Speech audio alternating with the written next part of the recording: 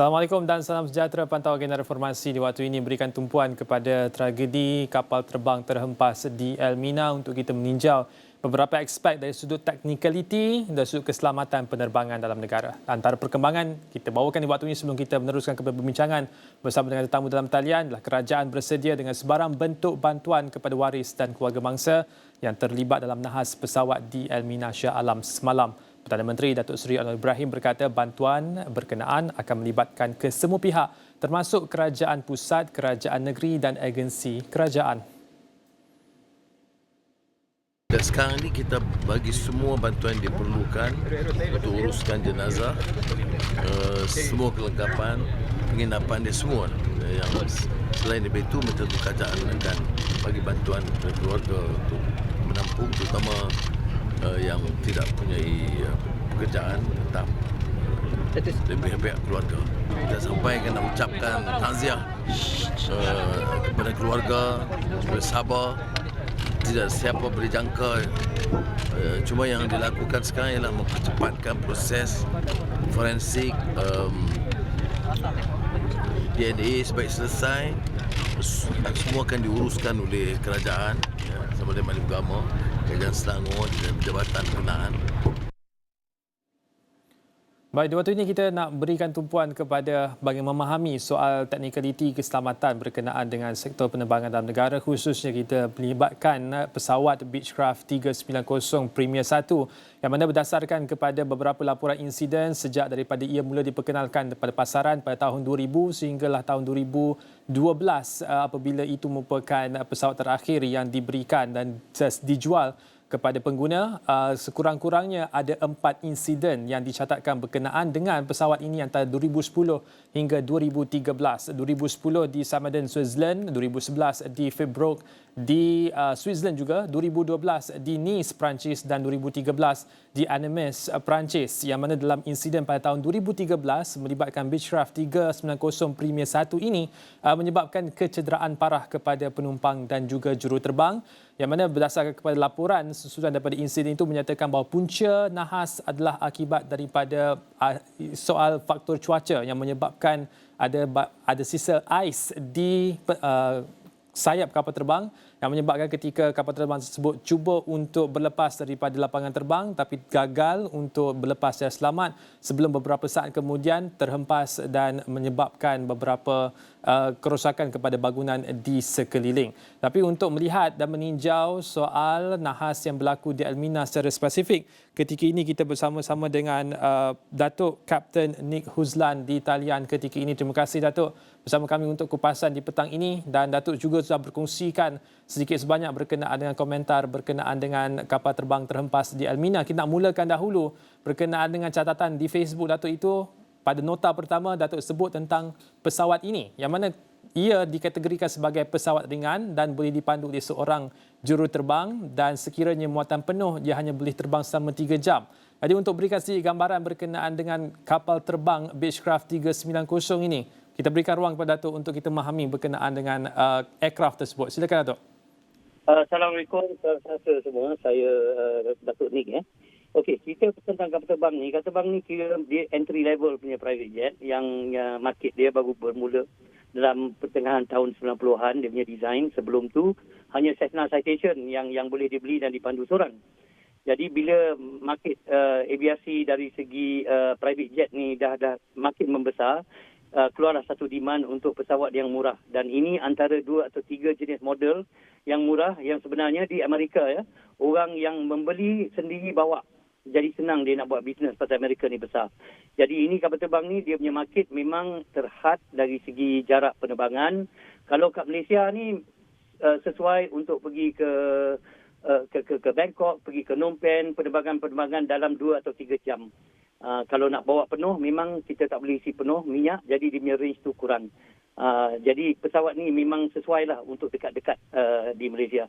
Seorang boleh bawa, tapi kalau letak 2 orang lagi selamat. Nampaknya dalam penerbangan ni ada 2 pilot yang bertauliah. Saya tak tahu kedua-dua pilot tu, yang pilot kedua tu dia ada rating ke, dia tumpang duduk ke, macam mana kita tak tahu lagi. Pasal setakat ini kita tak tahu apakah purpose penerbangan tu dibuat. kita tahu dia balik pada Langkawi. Tapi apakah purpose demo flight ke, untuk berjalan ke, untuk bersiar-siaran ke, atau untuk pergi meeting. Pesawat ni dari segi keselamatan tak ada masalah lah, pasal dia dah terbang dah lama.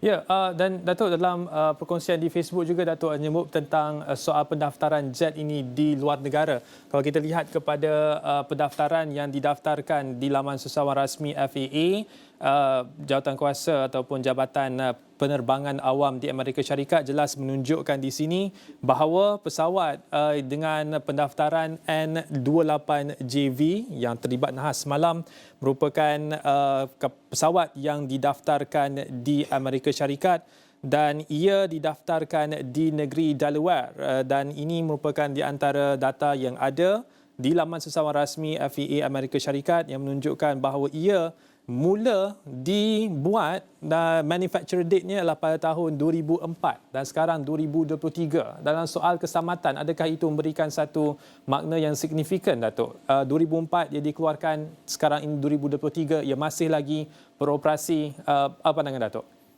Okey, ini bila kapal terbang ni private, maknanya penggunaan dia terhad dari segi penggunaan hari-hari dia, bukan macam kapal terbang Boeing 737 yang dibeli untuk bawa penumpang.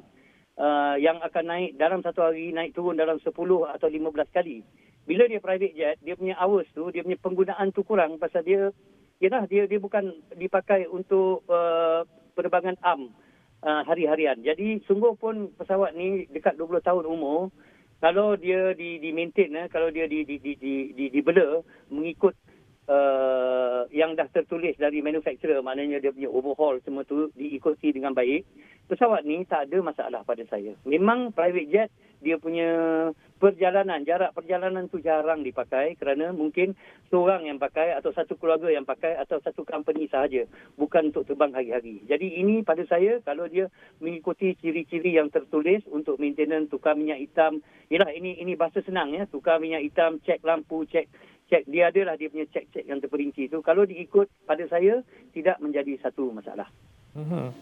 Dan saya ingin membangkitkan perkara ini kerana ia juga dibangkitkan oleh warganet soal metal fatigue. Itu di antara terma-terma yang mula diperkenalkan bila melibatkan penerbangan khususnya untuk kapal terbang yang berusia sehingga 20-30 tahun.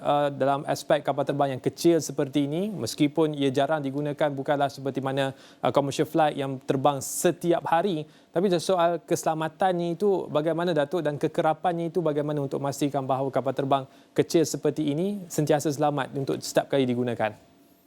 Okey, metal fatigue ni sebenarnya kita memang ada istilah metal fatigue ni, apa-apa yang pakai metal ya, apa-apa yang pakai logam, dia ada fatigue. Kalau hari-hari duk kita ada macam mampatan dia, berat dia, semua tu memang ada. Tapi kapal terbang ni dia 50% adalah komposit, carbon fiber dan reinforced fiberglass, semua bercampur dengan besi logam lah, aluminium dia punya frame semua. Saya pun tak tahu dia punya detail macam mana, tapi pesawat ni boleh dikatakan pesawat generasi moden di mana carbon fiber semua tu dah makin kerap digunakan. Nak cakap metal fatigue, memang ada isu metal fatigue dalam kapal terbang yang biasa terbang, kita naik 737 semua tu memang ada isu metal fatigue, tapi dia juga ada program untuk memantau metal fatigue. Dari segi kapal terbang private, pasal penggunaannya bukan widespread. Pesawat ni saya rasa bawah pada 300 biji yang dah dijual. Jadi dia punya rekod dan kekerapan kejadian tu kurang kalau compare dengan 737. Dah 18,000 unit 737 dan ramai orang pakai. Jadi dia punya report-report dari segi kengkangan metal fatigue tu lagi jelas. Ya, yang ni susah kita nak komen kerana dia memang limited utilization. Pemakaiannya tak banyak sangat. Tapi kalau ada case metal fatigue, saya rasa dia tidak akan affect satu biji kapal terbang saja. Dia akan berlarutan dengan series yang 200 yang terbang. Mesti ada satu report untuk pengubahsuaian kalau dia terjumpa metal fatigue atau crack-crack di dalam pesawat lain yang sama. Ya, dan Datuk, kita beralih kepada perkara seterusnya soal kapasiti di dalam kapal terbang ini. Berdasarkan kepada data sheets daripada Jabatan Penerbangan Awam Eropah, jelas menunjukkan bahawa untuk kapal terbang ini sekurang-kurangnya minimum flight crew adalah 1 orang iaitu pilot dan maximum passenger seating capacity ialah 6 orang penumpang. Tapi dalam insiden dalam kapal nahas di Elmina, penumpangnya 8 orang, 2 orang juruterbang dan 6 orang penumpang. Dan di sini jelas menunjukkan ada beberapa angka dan juga data berkenaan dengan maksimum capacity bila sebut tentang barangan yang boleh dibawa naik, soal baggage, kedudukannya sama ada di depan atau di belakang dan juga beberapa perihal lain berkenaan dengan kapasiti dan juga berat maksimum yang boleh ditanggung oleh pesawat ini. Tapi lebih menarik sebab kita nak memahami soal kapasiti itu, Datuk, berdasarkan kepada schematics yang kita lihat, sekiranya 8 orang penumpang, maka setiap orang akan memenuhi kesemua 6 kerusi penumpang yang ada dalam kapal terbang ini, termasuklah 2 kerusi untuk pilot, juruterbang. Jadi soal keseimbangan, kerana itu yang Datuk nyatakan sebagai lagi mustahak, iaitu isu weight and balance yang memerlukan imbangan pesawat. Dengan kapasiti penuh seperti ini, bagaimanakah isu weight and balance itu harus diteliti, Datuk? Okey, sebelum setiap penerbangan kapten ataupun co-pilot lah, kapten ataupun kadang-kadang dia panggil quartermaster juga yang akan mengikut. Dia orang yang menentukan keseimbangan kalau dalam kapal terbang besar macam Malaysia Airlines dan AirAsia ni dalam airline yang besar. Bila private macam ni terpulang kepada kapten pesawat untuk membuat dia punya weight and balance punya chart tu, dia akan isi sendiri. Dia ada satu rajah di mana kita akan letak berapa berat seseorang atas tempat duduk, dan dari situ dia akan boleh plot, dan adalah satu titik yang meletakkan dia di dalam satu kotak selamat atau di tepi kotak, atau kalau di luar kotak kena modify. Nah, kapal terbang ni cabin dia lebih kurang macam Nissan Serena lah. Yang ada 3 row tempat duduk tu, selalunya bila kapal terbang kecil macam ni, dia punya tempat duduk belakang tu bukan tempat duduk 100%, dia macam plus punya seat yang boleh lipat-lipat. Selalu orang yang pakai kapal terbang ni, kalau dia pakai 4 orang, belakang tu dia boleh letak barang. Tapi kerana kapal terbang ni pendek, kontutnya, dia punya balance tu critical sikit. Pilot akan tahu benda ni. Dan dia akan meletakkan, kalau letak satu beg belakang, dia akan letak satu beg di depan. Saya sendiri bukan arif tentang pesawat spesifik. Yang premier ni, Beechcraft ni bukan spesifik, tapi lumrahnya kalau kapal terbang ni shape macam ni, macam Phenom, dia ada 2-3 model, Vision Jet, Phenom, memang dari segi perimbangan dan berat tu tak berapa kritikal. Kerana bila berat tapi balance dia bagus, kapal terbang tu macam memanjat tu perlahan sikit, tapi tidak jadi kritikal. Tapi masalah dia bila kita tak seimbang barang, dan bila terbang dia punya center of lift, dia punya tempat penarik pesawat tu naik, dia center of lift dia panggil tu, dia di tempat di depan katalah. Tapi bila kita nak mendarat, kita akan keluarkan flat di belakang, kepak belakang yang turun. Selalu kita naik kapal terbang, kalau kita duduk kat kepak, kita boleh nampak masa nak landing, kepak tu macam-macam lubang akan keluar, dia punya kepak akan jadi lagi besar. Bila kepak tu jadi lagi besar, center of lift tu dia boleh bergerak. Dia boleh bergerak dan boleh keluar dari envelope. Kes kapal terbang ni saya tak berani nak cakap, tapi benda ni memang pernah jadi.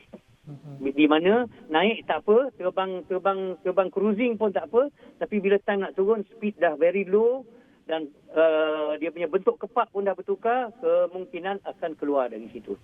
Baik. Ini saya tak berani speculate lagi. Ya, tidak masalah, Datuk. Sebab kita juga masih lagi menunggu laporan siasatan penuh daripada CAAM berkenaan dengan nahas kapal terbang di Elmina. Tapi kita nak faham lebih lanjut selepas ini berkenaan dengan keseimbangan itu. Adakah maksudnya dengan kapal terbang yang kecil seperti ini, mana semua orang tak boleh berada di sebelah bahagian pesawat sahaja? Kerana itu mungkin akan menyebabkan ketidakseimbangan. Tapi komentar dan juga jawapan lanjut, kita akan terus bersama dengan Datuk selepas ini. Kita akan berehat seketika, kembali selepas ini.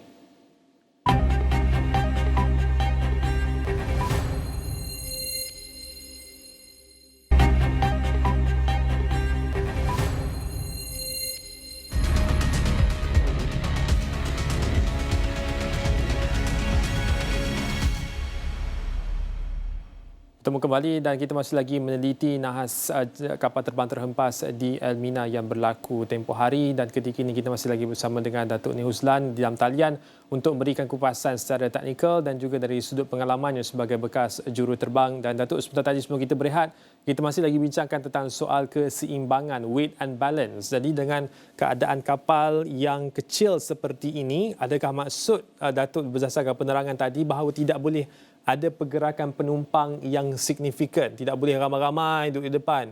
Nak tengok kokpit bagaimanakah kapten melihat kapal terbang itu bergerak dan tidak boleh berada hanya di sebelah bahagian sahaja daripada kapal terbang ini untuk memastikan bahawa ia seimbang. Adakah itu maksud Datuk? Ya. Pergerakan penumpang bagi pesawat yang kecil, contohnya dulu saya pernah bawa Fokker F-27, Fokker F-50. Dia macam ATR yang Batik Air pakai sekarang, yang Maswing pakai sekarang tu. Bila kapal terbang tu saiz macam tu, dulu bila kapal terbang tu tak penuh, ya, kita ada seating plan. Sungguh pun dia free seating, tapi untuk take off memang kita akan dudukkan pesawat, dudukkan penumpang-penumpang di tempat-tempat tertentu hanya untuk take off dan sepatutnya untuk landing sekali. Kerana dia punya moment arm, dipanggil moment arm tu, tekanan dari segi larinya center of gravity dengan center of lift. Center of lift ni ialah satu tempat di mana bila kapal terbang tu terbang, tarikan untuk terbang tu, di kepak tu dia ada satu tempat. Ya, dia macam ada satu pertimbangan. Jadi memang tak boleh bergerak ke sana kemari sangat. Dan 737 pun, kalau Boeing 737 yang besar lagi jet tu pun, kalau kita bawa kapal terbang tu tengah cruising, bila orang bergerak depan ke belakang, kita boleh nampak dia punya trim wheel, dipanggilkan trim wheel di depan pesawat tu akan berpusing ke depan dan ke belakang untuk membetulkan larinya center of gravity.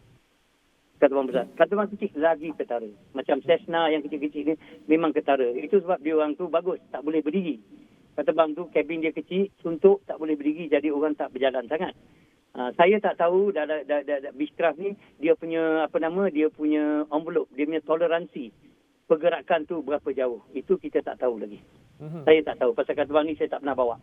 Ya. Tapi istilah fizik, undang-undang fizik dan aerodinamik, dia tak kira besar ke kecil. Hanya dia punya degree ketara, efek ketara dia lebih kepada pesawat yang kecil. Dan demikian Datuk, memandangkan berdasarkan kepada kenyataan pihak polis bahawa CVR sudah pun dijumpai. Tetapi seperti mana Datuk maklumkan dalam melalui Facebook ini, kita juga difahamkan bahawa FDR atau Flight Data Recorder tidak disertakan dalam pesawat ini. Hanya bergantung kepada CVR. Adakah kita boleh mendapat maklumat-maklumat yang hilang seperti mana Datuk nyatakan tadi untuk kita memahami sama ada perkara itu berlaku di atas pesawat ataupun tidak? Itu soal keseimbangan yang menyumbang kepada nahas ini berlaku, Datuk. Okey, kalau kapal terbang besar, ya, yang bawa penumpang besar tu memang dimandatkan di serata dunia kena pakai FDR, Flight Data Recorder, yang akan mengambil data-data dari keadaan kepak, keadaan enjin, RPM enjin, kelajuan, hala tuju pesawat, angle pesawat, semua dia akan rekod. Kalau kapal yang besar, yang moden ni, kita pergi toilet, tutup pintu, buka lampu toilet pun dia ada rekod. Maknanya dia meluas betul dia punya data. Beratus-ratus data yang dia akan rekod. Dan bila kita playback, kita boleh nampak environment atau keadaan pesawat masa terbang. Semua boleh nampak. CVR ni hanya untuk bunyi-bunyi dalam kokpit. Dan dalam jet kecil ni, bunyi-bunyi kabin pun boleh dengar pasal dia tak ada pintu.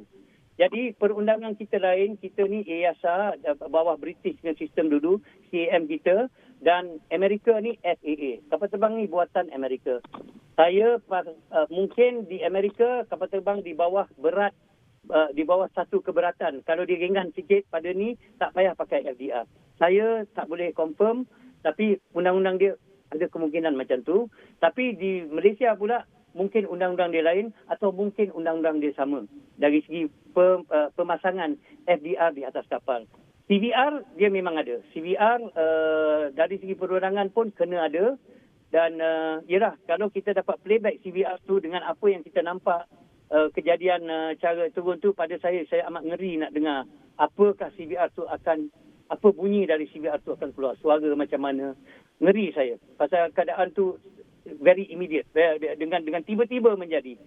Dari time dia tengah nak landing dengan elok, dengan tak ada bunyi mayday ke apa, dengan tiba-tiba dalam masa seminit dia jatuh ke tanah.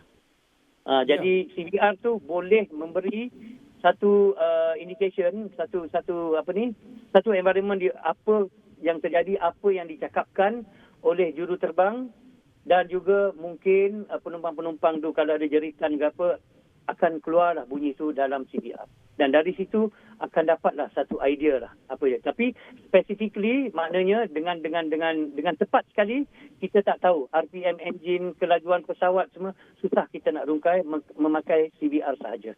Betul. Kerana Datuk juga menyatakan dalam nota di Facebook itu menyatakan bahawa keadaan kapal terbang yang menjunam terus ke muka bumi itu merupakan satu perkara yang luar biasa dan pastinya juruterbang faham bahawa ia merupakan sesuatu yang sangat berbahaya. Tapi sebelum kita beralih kepada bincangan berikutnya, kerana Datuk juga menyatakan bahawa nahas ini 2 minit selepas daripada mendapat kebenaran mendarat. Di antara lain, Datuk menyatakan bahawa lumrahnya kebenaran mendarat selalu diberikan dalam tempoh 7 sehingga 10 km dari landasan. Ini bermakna pesawat dalam ketinggian yang rendah sekitar 1,500 hingga 2,500 kaki dari aras landasan semasa kejadian hilang kawalan berlaku ataupun dalam 3 sehingga 5 minit sebelum mendarat. Dan berdasarkan kepada apa yang kita melihat pada data awam menunjukkan bahawa paling tinggi pun pesawat ini hanya pergi ke sehingga 20,000 kaki dan mula menjunam pada sekitar 10,000 kaki. Tapi untuk makluman para penonton bahawa bila melihat persoalan komunikasi di antara pesawat dan juga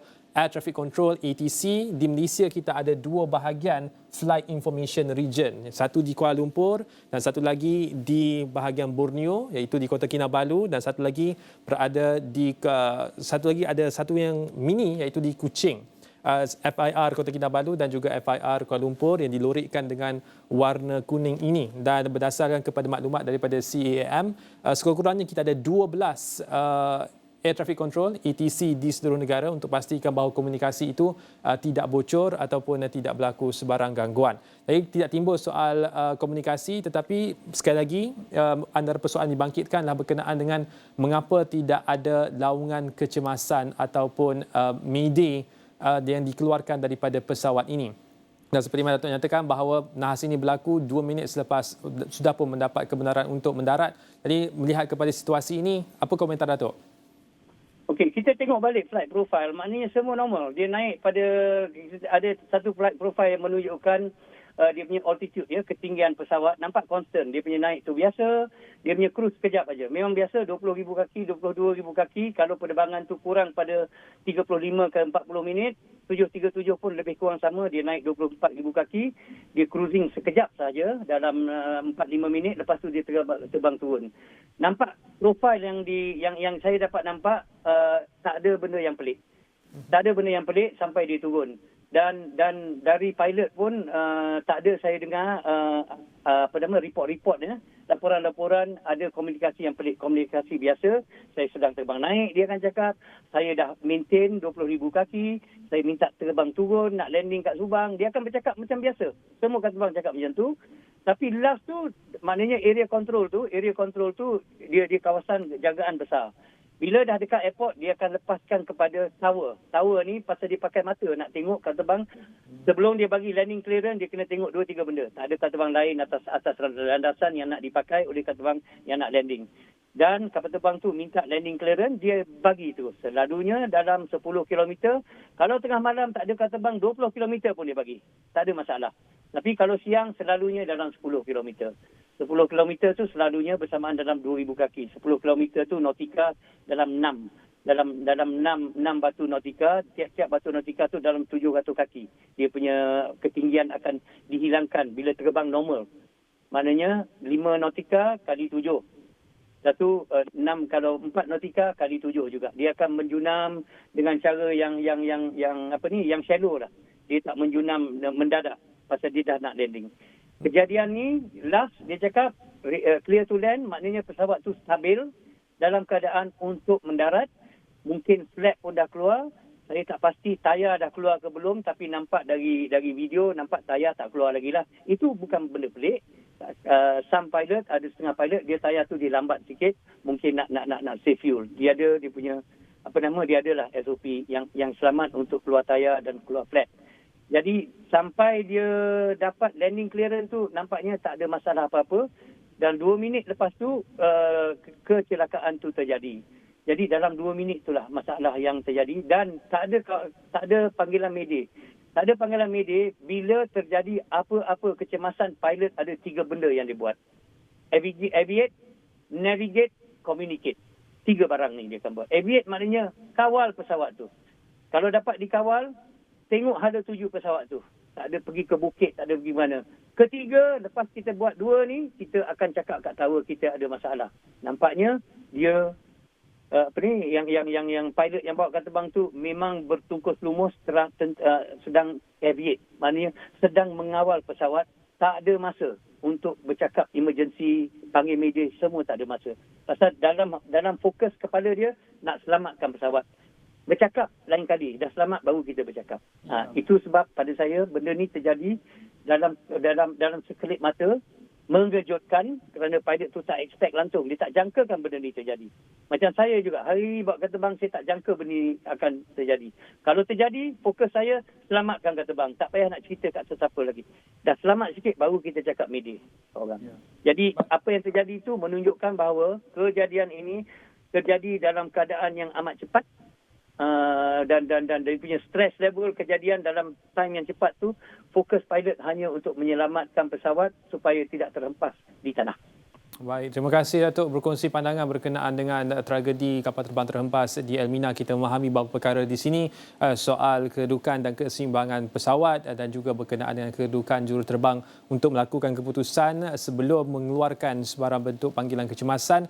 Untuk antara lain sebenarnya Datuk menyatakan tadi bahawa untuk pastikan bahawa kapal terbang berada dalam keadaan selamat. Kerana ini merupakan data umum yang kita tahu bahawa tragedi nahas berlaku sekitar 7 km sahaja daripada lapangan terbang Subang yang merupakan destinasi untuk Beechcraft 390 yang dinaikin oleh 10 orang penumpang yang merupakan sebuah kapasiti penuh, dan ia berlaku sehingga menyebabkan ada 2 lagi orang lain yang turut terlibat dalam nahas kali ini. Terima kasih Datuk berkongsi pandangan dalam hal ini. Pasti lebih banyak perbincangan khususnya selepas daripada laporan penuh siasatan ini dikeluarkan oleh pihak berkuasa penerbangan awam Malaysia. Terima kasih Datuk berkongsi untuk waktu ini, dan ini sahaja kupasan berkenaan dengan insiden kapal terbang terhempas di Elmina. Saya Ivan Faruqi, salam hormat.